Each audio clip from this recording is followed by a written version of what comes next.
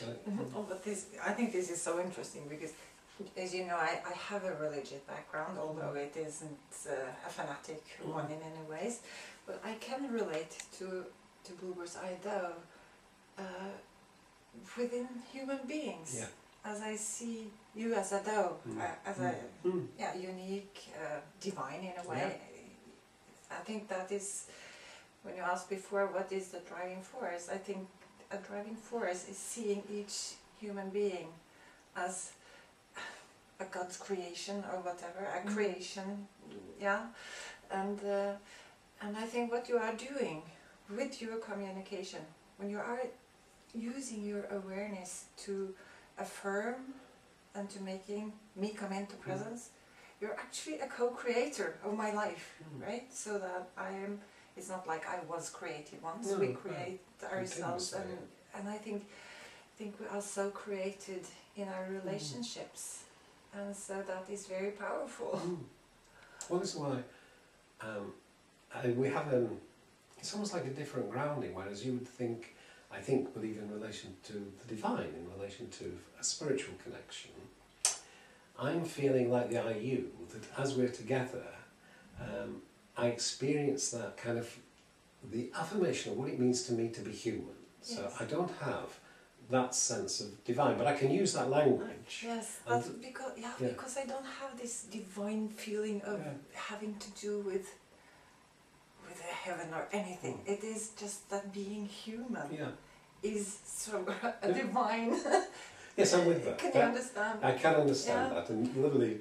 She's called Jackie Scholes-Rose, and her beautiful, I thought, thesis. But she talked about exquisite connectivity. Yes. Exquisite connectivity, and I really relate to that. Yes. And then there's something else about the idea of co-creation. Yes. So in the here and now, I feel that because there's that mutual responsiveness to each other. Yes. And then I'm also aware, when you talk about awareness, of a real pleasure of intention. So I'm actually thinking, oh gosh, you know, with Sigrid, there are so many possibilities now of co-creating in the sense of a cooperative inquiry together. Yes. I think that, again, really stimulates you together. Yes. Yeah, because this is another thing that really amazes me about you, is how willing you are to share your thoughts, to share your ideas, I mean, it's not a usual way of being an academic to want other people to grow, right? But one wants oneself to grow. To do that, you have to keep others down, but that is not at all your way.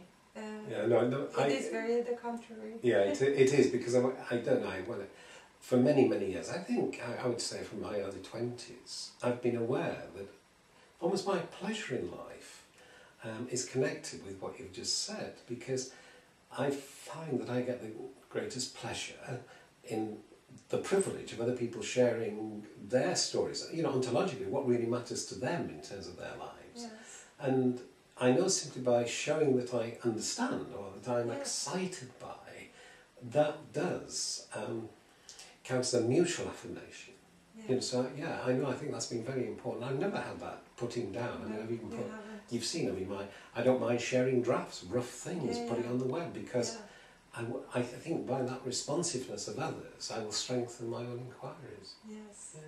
But there's also something that I'm excited by it, in terms of not an onerous sense of responsibility. Say it again. And not onerous. It doesn't sit heavily on you.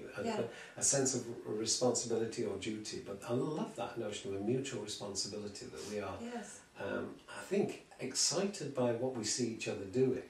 Yes. But because it's connecting in with the life that we are choosing to live. And even if it's in different contexts, it connects with the values that we hold. So I'm really looking forward to working on and just sharing with that narrative. Yes. Yes. And I'll try and connect it to that call for papers for the Tate. Yes. Because that's the first time they've opened up. Yes. Yeah?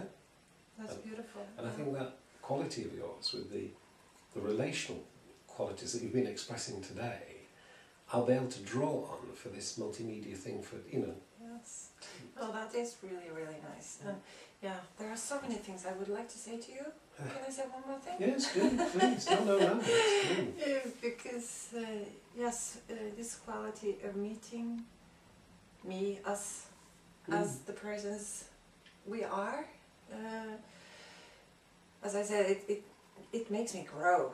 It makes me feel that I'm growing. And it gives me this, I think you said, Paul Tillich said about the ontological security. Because it's not my nature to call on a professor in England to ask if I can come visit him.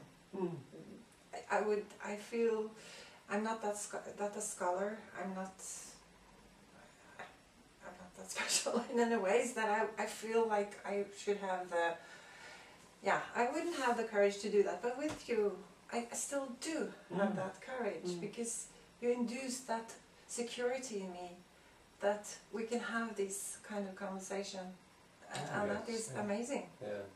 Oh no, and again, why, again, your presence delights me is because where you say you're not a scholar, what I see is you expressing the embodied knowledge of what I understand as a professional educator.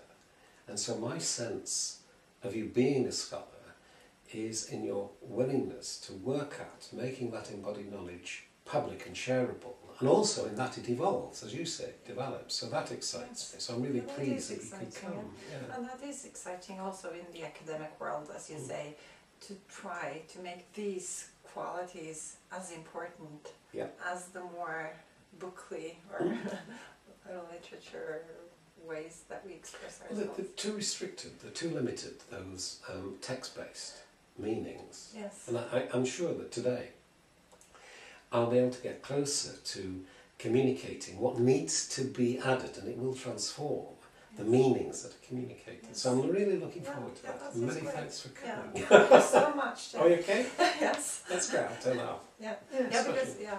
Because this is also what I said to you. I wonder why we should read each other's living theories. But it is inspiring, and that is why.